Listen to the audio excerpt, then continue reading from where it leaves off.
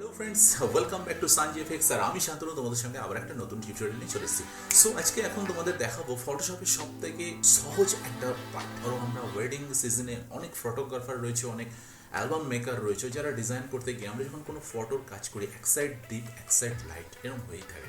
So আমার স্ক্রিনে এখন একদম সেম প্রসেসে একটা ছবি তোমাদেরকে দেখাচ্ছি।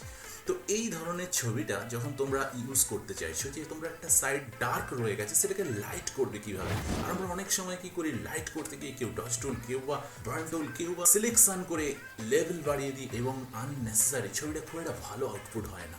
সো ফটোগ্রাফারদের জন্য একদম খুব সফটলি এবং খুব সহজভাবে আজকে তোমাদেরকে এটা দেখাবো যে সহজে তোমরা কিভাবে এই লাইট অ্যান্ড শ্যাডোটাকে ক্রিয়েট করতে পারবে এবং খুব সফটলি তোমরা ইউজ করতে পারবে, আর ফটোর আউটপুট হবে ধামালদার।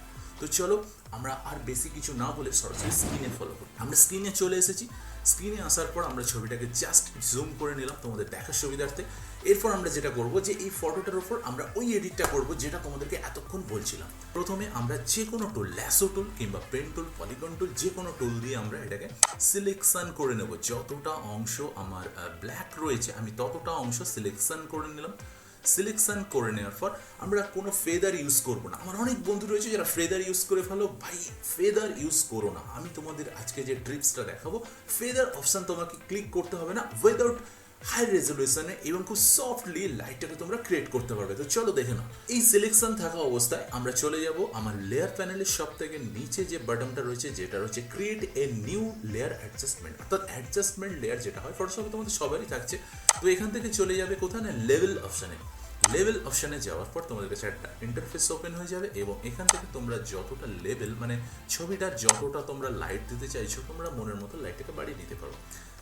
যে লাইটটা তোমার মনে হবে পারফেক্ট সেই লাইটটাই তুমি এখানে অ্যাপ্লাই করবে। তোমার যদি মনে হয় এইটা অবধি রাখতে চাইছো, সো এটাই তুমি রাখতে পারো।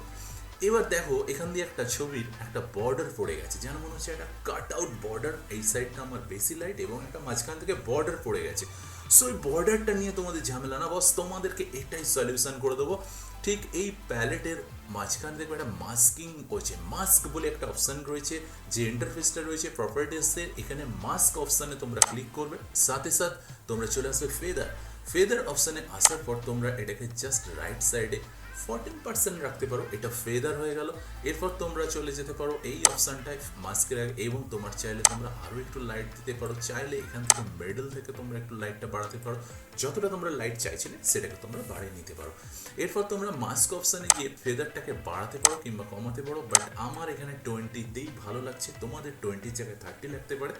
সো এইভাবে তুমি একটা লাইটটা করার পর তোমরা এটাকে ডান করে দেবে। এইবার তোমাদেরকে অফ করে দেখাচ্ছি। দেখো এটা আমার অন্ধকার মানে ব্ল্যাক সাইড ছিল, এটা আমার লাইটটা কভার করে দিলাম। সো এরপর যদি তোমার এই আউটসাইডে লাইটগুলো বেরিয়ে যায়, এর জন্য এখানে মাস্কিং অপশান দিয়ে দিয়েছে। তোমরা সিম্পল কিছু করবে না, কিবোর্ডে বি প্রেস করবে, অর্থাৎ ব্রাশ টুল যেটা আছে সেই ব্রাশ টুলের ফরগ্রাউন্ডটা অবভিয়াসলি ব্ল্যাক থাকতে হবে। তোমরা এখানে এসে ক্লিক করে দেবে।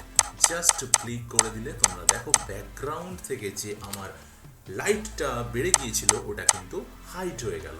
এবার তোমরা এই অ্যাডজাস্টমেন্টটাকে দেখো, অফ করে দেখো, এটা অনেকটা ডার্ক আছে আর এটা লাইট আছে।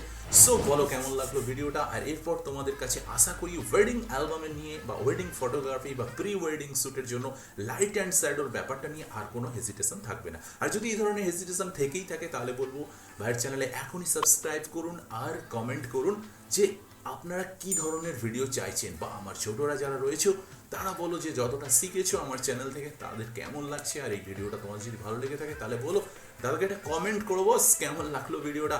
আর যদি নতুন ভিডিও চাও অবশ্যই আসবে। আর সামনে পুজো, তোমাদের জন্য তো অনেক অনেক ভিডিও ওয়েট করছে।